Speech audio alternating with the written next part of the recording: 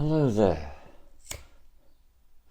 So today I want to speak about how important it is for people who are involved in the healing arts in any way whatsoever to have people who have their back. It's so important, I find, on my journey, to have people who can help me with my journey.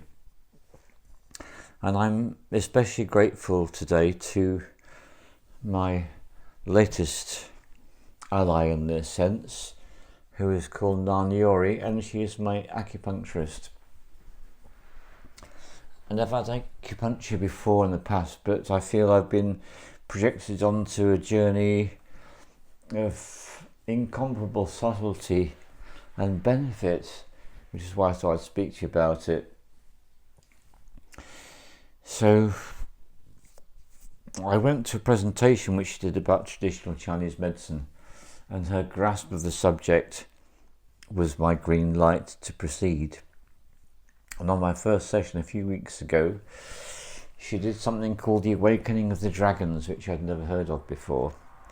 Now, the whole Chinese mythology and spirituality, dragons are incredibly important. I think most of us are aware of this.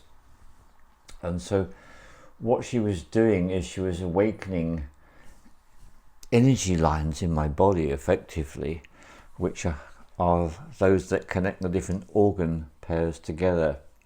And I don't know about the detail because that wasn't really my place to do so at that point. My place was to be the person receiving the treatment, which is what I did. And there was definitely a bit of an edge to it. It was something that was informing me quite forcefully, this is a strong thing you're receiving here, so be aware of the fact. And so I was very aware of the fact that that was what was going on. I was experiencing a strong treatment, which was an awakening, and effectively what it enabled to happen was yet another opportunity for me to uncover more of the traumas from the past and release them. And there's one particular way I have had of releasing traumas, which is it's a particularly tricky one for me to deal with, and it's to do with my eyes. And there have been times in my life when this has been more of an issue than others. And what happens is I wake up in the morning, I can feel there's all this crusts and muck in my eyes. Any way I can describe it, very horrible stuff. People call it sleep. It's a very euphemistic way of describing something quite unpleasant that comes out of the eyes. It's a discharge, basically. It's a release. So I've been going through a period of time where this has been quite problematical for me. It's been quite an issue in trying to find ways to clean the eyes. But anyway, I became more aware of it after the treatment. I felt really great after the treatment for some days. And then as time went by, I became more aware of the eyes. And I could tell that significant things were going on. And then I had my second session very recently, just a few days ago. And whereas the first one was a really big awakening process which I was propelled into, this one was a considerably gentler process, and it was much easier to receive, very easy actually, pretty much effortless the way that she works, and scarcely even aware of the needles going in, to be honest. But I am very aware of the process that's going on while it's happening, while I'm lying on the couch. And not all acupuncturists do this by any manner of means, but she certainly most emphatically does check the pulses before and after the session, which is a very good diagnostic tool for informing her of just how much I've been able to receive and benefit from the treatment. So very grateful for that. And the other thing I want to say is that it's really interesting how acupuncture works with dreams. And what I would conclude from my very layman's perspective on the whole thing, as someone who has no training whatsoever in the subject of acupuncture, is that for the person who receives it, for me, it feels like the dreams are a very, very helpful way for me to process things that need to come out into my conscious awareness. And so I had one of those before the most recent treatment, and I've had one just this morning, and they are so incredibly helpful. It's one of the most useful things is to be aware of the fact that we have all different kinds of dreams. You have some dreams which are just simply sorting out all the things that have gone on in the daytime and shuffling them around and rearranging things for us to look at. Sometimes you get a prescient dream, which is a dream which is a foretelling of something that's going to happen in the future, and those are really great. And that's one of the ones I had this morning. And it reminded me of someone I'm no longer in touch with, who's a shaman, and he had a series of catchphrases. Actually, he loved his catchphrases, and one of them, the one that's particularly relevant at the moment, is "It doesn't matter." This is a little prescription you can use in so many situations. So if you're being bothered by something, if you're worried, if you're concerned, if you're experiencing anxiety, agitation, whatever it is, you can remind yourself, in the big scheme of things, it doesn't matter. So, as I'm sure some of you will be aware, I'm in the process of moving house, and it's one which is particularly challenging for me because it's pretty much completely outside my control in as much as I'm moving somewhere, and I can't move there until the person, my daughter in this case, moves from there to her next space, and she can't do that until all the bureaucratic bullshit, of which we have so much in England, is dealt with and processed. So she's going through a bureaucratic administrating phase with it all. So it means I have no idea when I'll actually be moving, and that means it potentially puts me into the situation of a very old trauma, which is one of powerlessness. And so what the acupuncture has been doing for me, which I'm just so grateful for, is because it's a treatment which actually affects the energy meridians. We have all these energy meridians which are kind of like, it's like if England's got all these motorways running through it with these roads and transport, in our bodies we've got these meridians, energy channels running through us, and there are many, many of them, and they connect the energy centers or chakras, and they connect other points, the organs most especially, and also the extremities like the fingers and the toes. Very significant thing. So what I've been realizing is that thanks to acupuncture, I've been able to completely reframe the experience of moving. And one of the reasons I realized I was struggling a bit before the second session is I was feeling agitation about, but what do I do, and how quickly do I get rid of things, and I just don't feel I can cope with it all, and feeling overwhelmed. So after this second session, I just feel so good, because suddenly yesterday afternoon I just realized, right, okay, I reminded myself of what I've learned many times. I find part of the process of being alive is you learn something, you get good at it, you forget all about it, and you get an opportunity to relearn it with new sets of circumstances arise. It's exactly what's happened to me. So it's like, okay, moving house, break it down into small bits, just a little bit. So I needed a tool. I needed a couple of tools actually. So I got all my tools out, 6 different boxes full of really heavy lumps of metal mostly, and they were cluttering up the hallway, and I thought, oh, this is just so horrible. But then when I had my realization yesterday, the day after treatment, it's like, yes.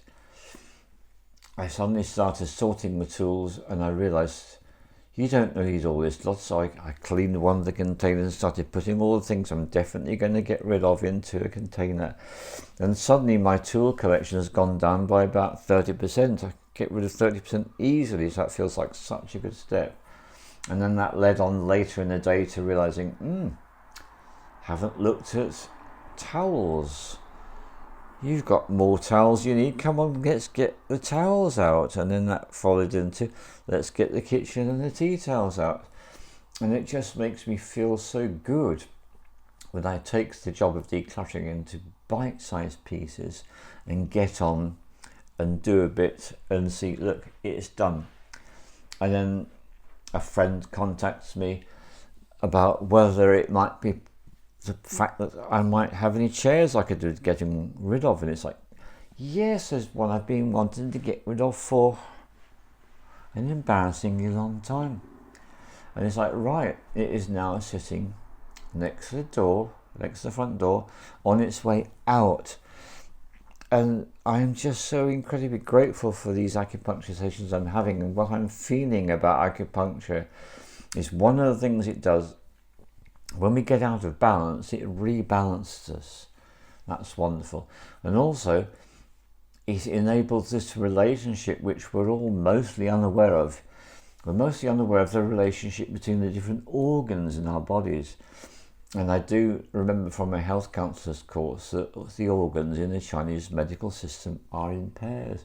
You have the heart and the small intestine, they're paired together.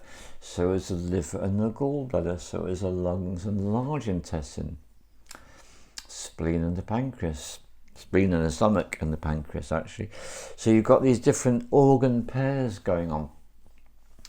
And I'm very aware that one of the ones he's been working on has been the liver and the gallbladder, because the eyes are one of the reflections of the liver. If the eyes are bothering you, that means that the liver needs some assistance. So I've clearly received some assistance with the liver, because she's been doing this work on my eyes, and my eyes feel so much better as a result. And I suddenly developed a brand new practice for myself. I thought, what can I do to give my eyes a treat every day? And I thought about various different products I could put on them, maybe some oils or maybe some herbs. I thought, no, far too invasive, far too intrusive. I want something super gentle. And it hit me like a ton of bricks. Got such a simple answer. So I did it this morning when I got up. I put a little bit of spring water into a bowl and I just washed my eyes and my face gently with my fingers.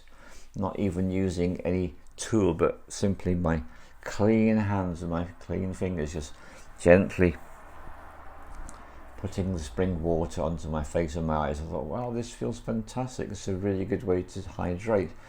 They're always on about in these adverts for women's pharmaceutical care products for the skin, about this being hydrating and this being this and that being that. And I thought, well, what could be better as a hydrator than spring water? So simple, so straightforward. So that's making me feel really good as well.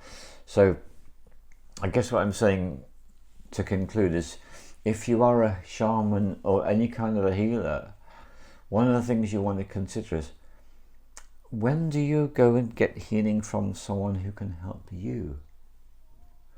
Because my feeling is this is something that we all need. Whether we're not healers, whether we're healers. I guess what I'm saying is that one of the things we can really prioritize in our lives is to go to someone who we trust and is a really great practitioner and receive the benefits of their practice. And I feel this is even more important if you're a healer than if you aren't. So I'm just very, very grateful for my acupuncture, for Nan Yori, for this new therapeutic relationship I'm exploring, and it's very well worth considering. And the thing with all therapists, all healers, it's a matter of, is the healer the right one for you as well as the practice? So the practice is important. Is that right for me? And secondly, is their approach right for you? And when it is, you just know it. So thank you very much, Nan Yori, for my 2 wonderful sessions of acupuncture, and I do intend to continue this journey. And it's a particularly helpful thing if you're going through challenging, stressful times and death of spouse, moving house. I do remember this from a long time ago. When it comes to the stresses we have in our lives, Those are the two biggest ones. First of all, death of spouse. Number two, moving house. There are lots of other ones. When other people die, they have a big effects on us as well, but those are especially important ones. And in a sense, it's an end of a relationship, another very, very important one, end of a job, all endings actually. But what I realise is that moving house, it's a little bit like someone dying in a sense, because when you leave that house is now dead to you, and you have now moved on, and you are now somewhere else. So it's another letting go. So blessings on you if you're experiencing any of the letting go things you do in life, whether it's a death, a house move, letting go of a job, letting go of a relationship, whatever it might happen to be. And remember that although these are very challenging times, they're also times full of great gifts. And this is even more so if you become consciously aware that every ending is an opportunity for a new beginning. And therefore, it's an opportunity for growth and for discovering new things about life. All the love to you.